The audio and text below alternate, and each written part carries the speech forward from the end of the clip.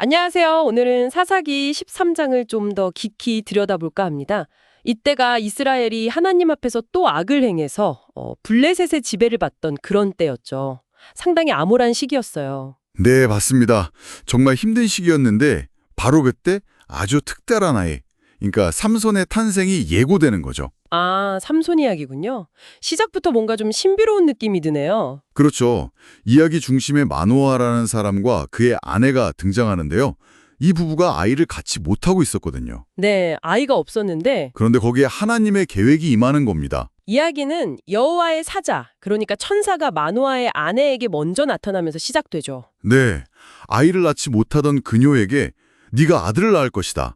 정말 믿기 어려운 소식을 전한 거죠. 와, 당시로서는 정말 충격이면서도 엄청난 기쁨이었겠네요. 그럼요. 근데 이게 단순히 그냥 아들 낳을 거야. 이게 아니었어요. 이 아이에게는 사명이 있었죠. 이스라엘을 블레셋의 손에서 구원하기 시작할 인물이라는 겁니다. 아, 시작부터 구원자로서의 역할이 주어졌군요. 네, 한 개인의 탄생이 민족의 운명하고 바로 연결되는 거죠. 여기서 여호와의 사자라는 존재도 참 흥미로운데요. 구약 성경을 보면 종종 하나님의 어떤 특별한 임재나 메시지를 전달하는 좀 신비로운 모습으로 나타나거든요. 그렇군요. 그리고 이 아이는 태어나면서부터 나실인으로 구별된다고 했죠. 맞습니다. 하나님께 특별히 바쳐진 사람이란 뜻인데요. 그래서 지켜야 할 규율들이 있었어요. 어떤 것들이었나요? 대표적인 게 포도주나 독주를 마시면 안 되고 부정한 음식도 먹으면 안 되고 그리고 가장 잘 알려진 게 머리에 삭도, 그러니까 면도칼을 대면 안 되는 거였죠.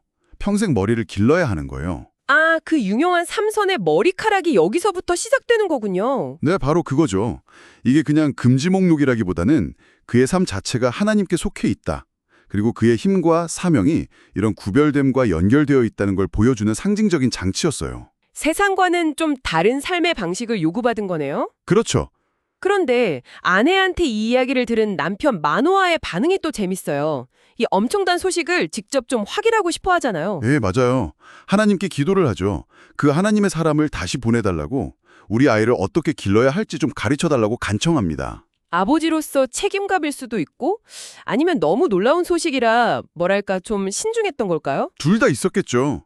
그런데 하나님께서 그 기도에 응답하셔서 사자를 다시 보내세요. 다시 나타났군요. 네. 그래서 마노아가 구체적으로 묻죠. 아이를 어떻게 키울까요? 그러자 사자는 아내에게 말했던 그 나실인 규율을 다시 한번 강조합니다. 반복해서 확인시켜주는군요. 근데 여기서 재밌는 건 마노아가 이때까지도 상대방이 그냥 보통 예언자나 하나님의 사람인 줄 알았지 여호와의 사자, 즉 천사라는 건 깨닫지 못했다는 점이에요. 아, 정말요? 신분이 드러나지 않았군요. 네.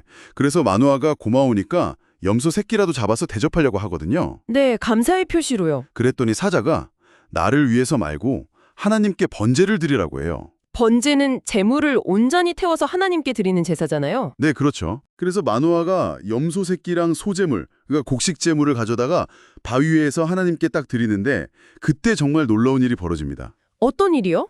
제단에서 불꽃이 막 하늘로 타오르는데 글쎄 여호와의 사자가 그 불꽃을 타고 함께 하늘로 슝 하고 올라가 버리는 거예요. 와, 정말 여와 같은 장면인데요. 불꽃을 타고 승천하다니. 그렇죠. 그제야 마노아 부부가 이분이 하나님의 사자였구나 깨닫고 얼굴을 땅에 대고 엎드리죠. 엄청난 광경을 목격했으니 두려웠겠네요. 네, 마노아는 이제 우리가 하나님을 봤으니 죽었다 막 두려워하는데 오히려 아내가 굉장히 지혜롭게 남편을 안심시켜요. 아내가요. 어떻게 말하죠? 하나님이 우리를 죽이려고 하셨다면 우리 재물도 받지 않으셨을 거고 또 이런 놀라운 일도 보여주시지 않았을 거다. 그리고 이런 약속의 말씀도 주지 않으셨을 거다. 이렇게요. 정말 통찰력이 있네요. 대단한 믿음인데요. 맞아요. 아내의 믿음과 지혜가 돋보이는 부분이죠.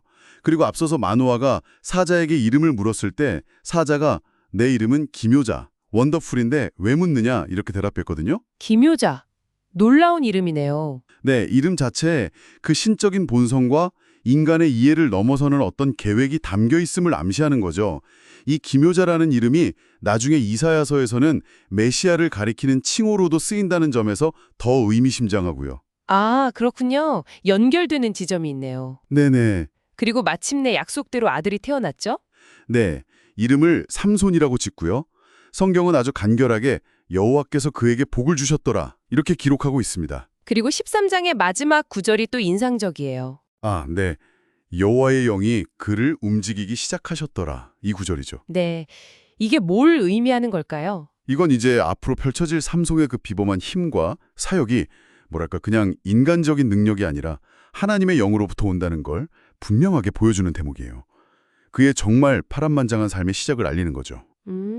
사사기 13장을 보니까 한 사람의 태어남이 단순한 가족 이야기가 아니라 정말 민족의 역사, 그리고 하나님의 더 큰 구원 계획 안에서 특별한 의미를 갖는다는 걸 보게 되네요. 맞아요. 특히 그 나실인이라는 구별된 삶, 거기에 주어진 사명, 이런 것들이 참 많은 생각을 하게 만들죠. 그렇죠. 그리고 마노아 부부의 반영도 흥미로웠어요.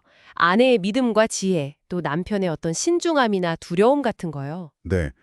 그런 초자연적인 겸허 앞에서 인간이 보일 수 있는 아주 자연스러운 모습들이라고 생각해요. 우리 안에도 사실 그런 모습들이 다 있잖아요. 네, 맞아요. 오늘 이야기를 들으신 청취자분들도 한번 생각해 보시면 좋겠어요. 혹시 나에게도 뭔가 주어진 독특한 역할이나 가능성이 있지 않을까 하고요. 그렇죠. 뭐 삼손처럼 아주 극적인 부르심은 아닐지라도 각자 자신의 삶의 자리에서 발견하고 또 감당해야 할 그런 고유한 의미와 목적이 분명히 있을 거거든요. 네, 잠시 그런 가능성에 대해 생각해보는 시간을 가져보시는 것도 좋을 것 같습니다. 오늘 이야기는 여기까지 나누겠습니다. 감사합니다. 네, 감사합니다.